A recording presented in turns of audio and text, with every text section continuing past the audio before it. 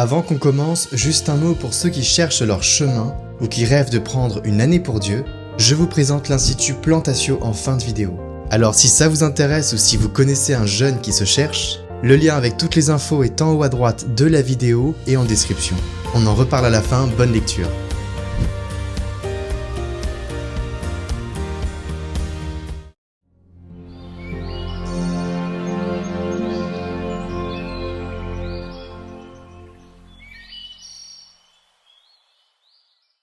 Lecture du livre du prophète Ézéchiel. En ces jours-là, la main du Seigneur se posa sur moi, par son esprit il m'emporta et me déposa au milieu d'une vallée. Elle était pleine d'ossements. Il me fit circuler parmi eux, le sol de la vallée en était couvert, et ils étaient tout à fait desséchés. Alors le Seigneur me dit : « Fils d'homme, ces ossements peuvent-ils revivre ?» Je lui répondis : « Seigneur Dieu, c'est toi qui le sais. » Il me dit alors : « Prophétise sur ces ossements. Tu leur diras : Ossements desséchés, écoutez la parole du Seigneur. Ainsi parle le Seigneur Dieu à ces ossements. Je vais faire entrer en vous l'esprit, et vous vivrez. Je vais mettre sur vous des nerfs, vous couvrir de chair, et vous revêtir de peau. Je vous donnerai l'esprit, et vous vivrez. Alors vous saurez que je suis le Seigneur. » Je prophétisai comme j'en avais reçu l'ordre. Pendant que je prophétisais, il y eut un bruit, puis une violente secousse, et les ossements se rapprochèrent les uns des autres. Je vis qu'ils se couvraient de nerfs, la chair repoussée, la peau les recouvrait, mais il n'y avait pas d'esprit en eux. Le Seigneur me dit alors : « Adresse une prophétie à l'esprit, prophétise, fils d'homme. Dis à l'esprit : Ainsi parle le Seigneur Dieu. Viens des quatre vents, esprit. Souffle sur ces morts et qu'ils vivent. » Je prophétisai comme il m'en avait donné l'ordre, et l'esprit entra en eux. Ils revinrent à la vie, et ils se dressèrent sur leurs pieds. C'était une armée immense. Puis le Seigneur me dit : « Fils d'homme, ces ossements, c'est toute la maison d'Israël. Car ils disent : Nos ossements sont desséchés, notre espérance est détruite. Nous sommes perdus. C'est pourquoi prophétise. Tu leur diras : Ainsi parle le Seigneur Dieu.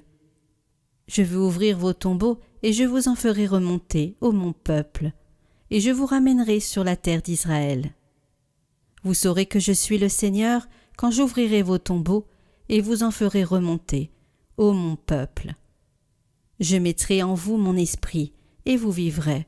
Je vous donnerai le repos sur votre terre. Alors vous saurez que je suis le Seigneur. J'ai parlé et je le ferai. Oracle du Seigneur. Oracle du Seigneur.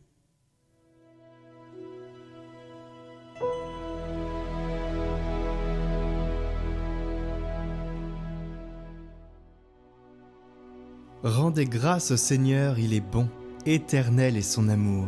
Ils le diront les rachetés du Seigneur, qu'il racheta de la main de l'oppresseur, qu'il rassembla de tous les pays, du nord et du midi, du levant et du couchant.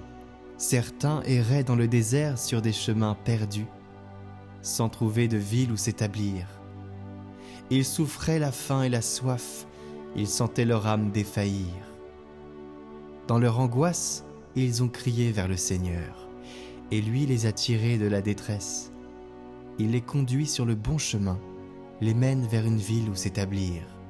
Qu'ils rendent grâce au Seigneur de son amour, de ses merveilles pour les hommes, car il étanche leur soif, il comble de bien les affamés.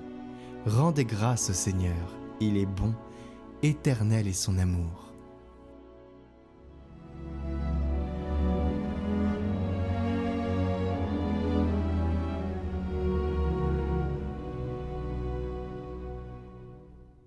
Évangile de Jésus-Christ selon saint Matthieu. En ce temps-là, les pharisiens, apprenant que Jésus avait fermé la bouche aux Sadducéens, se réunirent. Et l'un d'entre eux, un docteur de la loi, posa une question à Jésus pour le mettre à l'épreuve. « Maître, dans la loi, quel est le grand commandement ?» Jésus lui répondit : « Tu aimeras le Seigneur ton Dieu de tout ton cœur, de toute ton âme, et de tout ton esprit.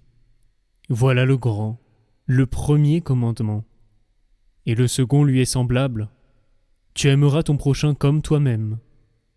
De ces 2 commandements dépend toute la loi, ainsi que les prophètes.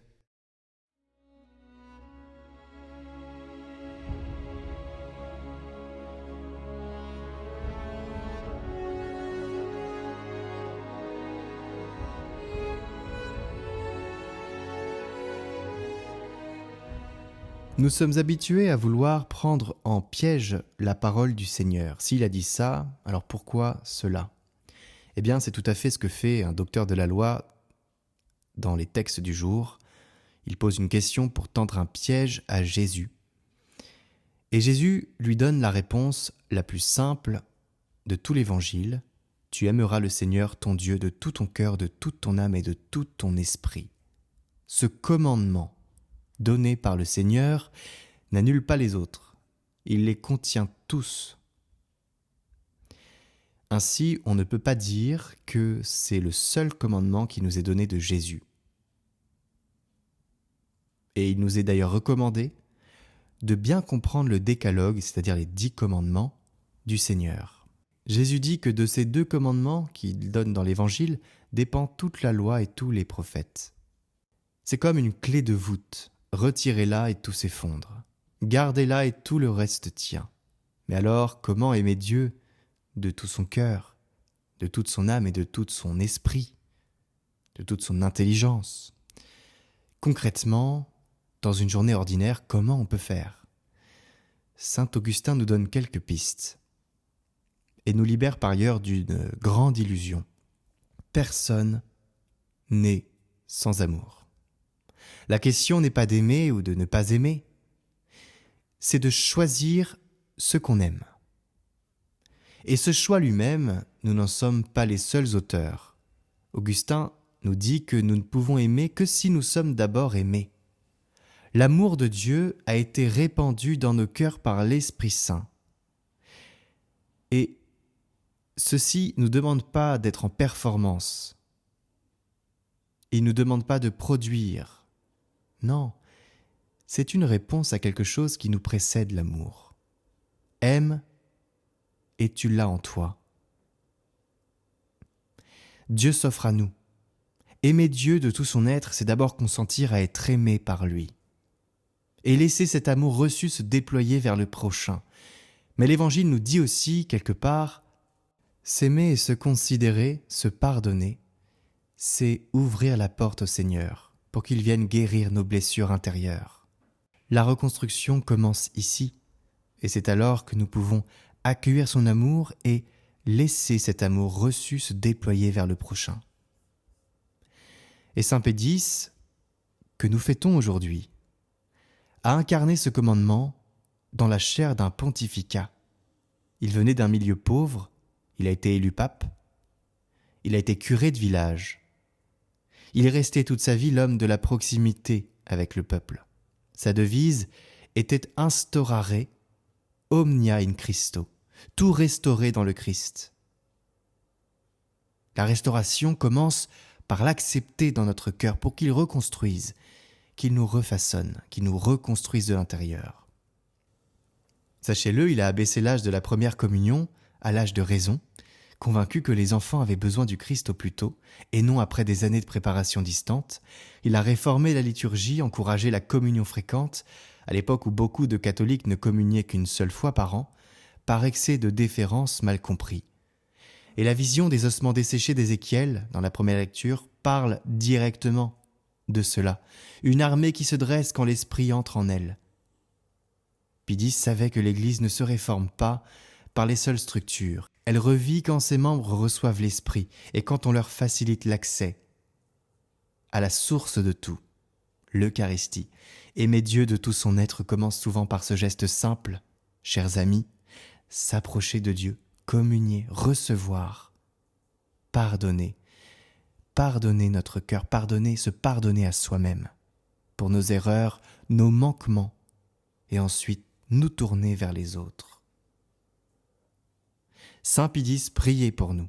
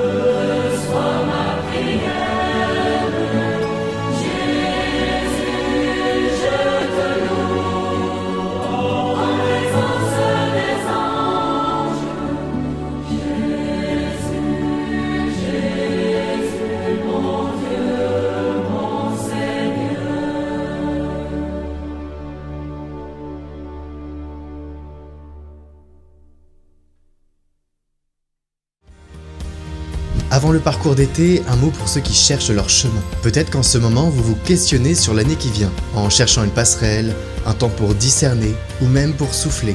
Je vous présente une année pour Dieu avec l'Institut Plantatio. C'est une école de vie pour les 18-35 ans de septembre à juin. Il y a une vie communautaire, des cours de philosophie et de théologie, le travail de la terre, une messe quotidienne et des adorations. C'est vraiment une année pour se ressourcer, pour se retrouver, mais aussi pour discerner. L'Institut Plantatio se trouve en pleine campagne à 1 heure de train de Lyon, et pour ceux qui se destinent à l'enseignement, eh bien ça ouvre à une vraie formation cette année pour Dieu. Un bachelor en 3 ans ou un master accessible après une licence. Le vrai bonus de cette année pour Dieu, c'est qu'on est accompagné avec le père Olivier Nguyen, fondateur de l'Institut, ainsi que d'un couple accompagnateur. On est logé sur place, en chambre individuelle, en pension complète, avec les cours. Et apparemment, le lieu est vraiment magnifique.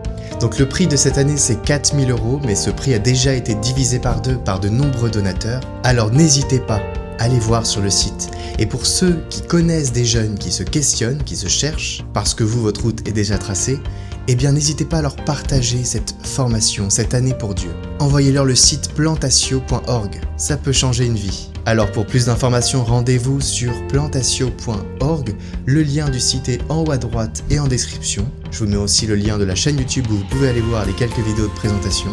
Merci à l'Institut Plantatio d'avoir sponsorisé cette vidéo.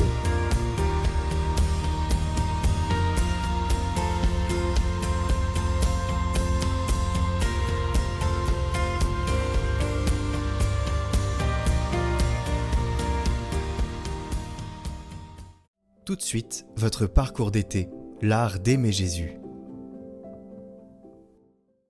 Vendredi 21 août. Sainte pauvreté, richesse des saints. Saint Augustin a dit « Qui n'a pas Dieu n'a rien, qui a Dieu a tout ». Qui a Dieu et se tient uni à la divine volonté trouve en Dieu tous les biens. Voyez un saint François, nu-pieds, vêtu d'un sac, dénué de tout. Il s'écrie « Deus meus et omnia », mon Dieu est mon tout. Et le voilà plus riche que tous les monarques de la terre.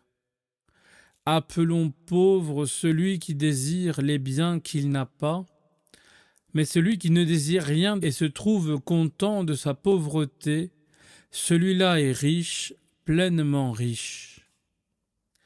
De cette race d'hommes, saint Paul a dit « Ils n'ont rien et ils possèdent tout ».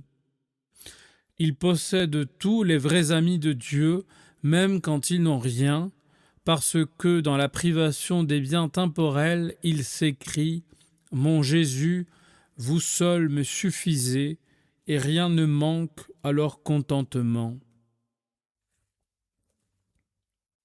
Aux saints, il n'a pas suffi de porter leur pauvreté avec patience. Les saints ont cherché à se dépouiller entièrement pour vivre unis à Dieu, seuls dans le détachement de toutes choses. Si nous n'allons pas jusqu'à renoncer totalement aux biens de la terre, Sachons au moins nous contenter de la situation de fortune où Dieu nous veut, et que notre sollicitude se porte non sur les richesses terrestres, mais sur celles du paradis, plus grandes, infiniment et éternelles. Pénétrons-nous bien de cette maxime de sainte Thérèse, moins nous aurons possédé ici-bas, plus nous serons riches dans l'éternité. Pauvreté, richesse des saints en effet, car elle leur permet de faire de la place, de faire un vide dans leur cœur, que Jésus peut alors combler de sa grâce, de ses dons et de sa présence. Prions avec saint Alphonse pour demander l'art de nous dépouiller des choses d'ici-bas. Ô Dieu de tout amour, ô Seigneur des cieux d'en haut, que vos traits sont doux, si gracieux à regarder, qu'un seul regard serait une béatitude et ineffable.